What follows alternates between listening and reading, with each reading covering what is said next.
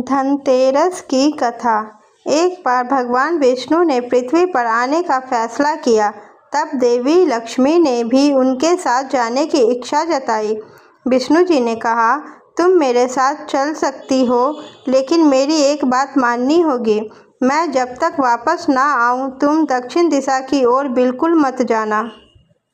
तब लक्ष्मी जी ने हाँ में उत्तर दिया और वे दोनों धरती पर आ गए। कुछ देर बाद विष्णु जी ने लक्ष्मी जी को एक जगह रुकने को कहा और खुद दक्षिण दिशा की ओर चले गए। भगवान के जाते ही लक्ष्मी जी के मन में यह जानने की इच्छा उत्पन्न हुई कि आखिर उस दिशा में ऐसा क्या है जहाँ जाने से उन्होंने मुझे मना किया। वह नहीं मानी और उनके पीछे पीछे चल दी। आगे जाकर उन्हें सरसों का एक खेत मिला जिसमें सुंदर फूल खिले थे। लक्ष्मी जी को फूल बहुत अच्छे लगे तो उन्होंने कुछ फूल तोड़कर अपना श्रृंगार कर लिया।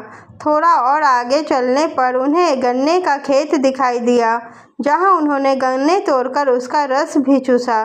तभी भगवान विष्णु वहां आ गए। जब उन्होंने लक्ष्मी जी को सरसों के फूल तोड़े हुए और गन्ने का रस चूसते हुए देखा तो वे बहुत क्रोधित हुए। उन्होंने लक्ष्मी जी से कहा, मैंने तुम्हें यहाँ आने से मना किया था, तुमने मेरी बात क्यों नहीं मानी और एक किसान के खेत से चोरी का अपराध कर बैठी। इस अपराध के दंड के रूप में अगले 12 वर्षों तक इसी गरीब किसान के घर उसकी सेवा करनी होगी तुमको। यह कहकर भगवान विष्णु उन्हें छोड़कर अपने निवास क्षीर सागर लौट गए। लक्ष्मी जी उस गरीब किसान के घर में साधारण वेश में रहने लगी। एक दिन लक्ष्मी जी ने किसान की पत्नी से कहा, तुम स्नान करने के बाद मेरी बनाई हुई देवी लक्ष्मी की मूर्ति की पूजा करो, फिर रसोई का काम करना। तुम जो भी मांगोगी वह तुम्हें मिल जाएगा। किसान की पत्नी ने ठीक वैसा ही किया। पूजा करने के अगले ही दिन लक्ष्मी जी के आशीर्वाद और कृपा से किसान का घर अन्न धन से भर गया और किसान की गरीबी दूर हो गई और उसके 12 साल बड़े सुख शांति से बीत गए। जब 12 साल पूरे हो गए तो भगवान विष्णु लक्ष्मी जी के वापस लेने के लिए आ गए, लेकिन अब किसान ने उन्हें भेजने से मना कर दिया क्योंकि लक्ष्मी जी के कारण उनके जीवन में सुख समृद्धि आ गई थी। तब भगवान विष्णु ने किसान को समझाया कि लक्ष्मी चंचल होती है और वे एक जगह पर नहीं रुकती।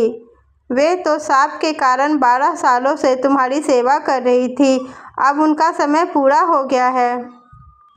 हालांकि किसान के अधिक हठ करने पर लक्ष्मी जी ने उसे वचन दिया कि वह धनतेरस के दिन उसकी पत्नी से दोबारा उनकी पूजा करवाएंगी और जहां उनकी पूजा होगी वहां वे जरूर निवास करेंगी। ऐसी मान्यता है कि धनतेरस के दिन जो भी व्यक्ति सच्चे मन से लक्ष्मी जी की और धन के देवता कुबेर जी की पूजा करता है और सात्विकता बनाए रखता है, उसके घर में धन और समृद्धि हमेशा बनी रहती है। इस तरह धनतेरस व्रत की कथा समाप्त।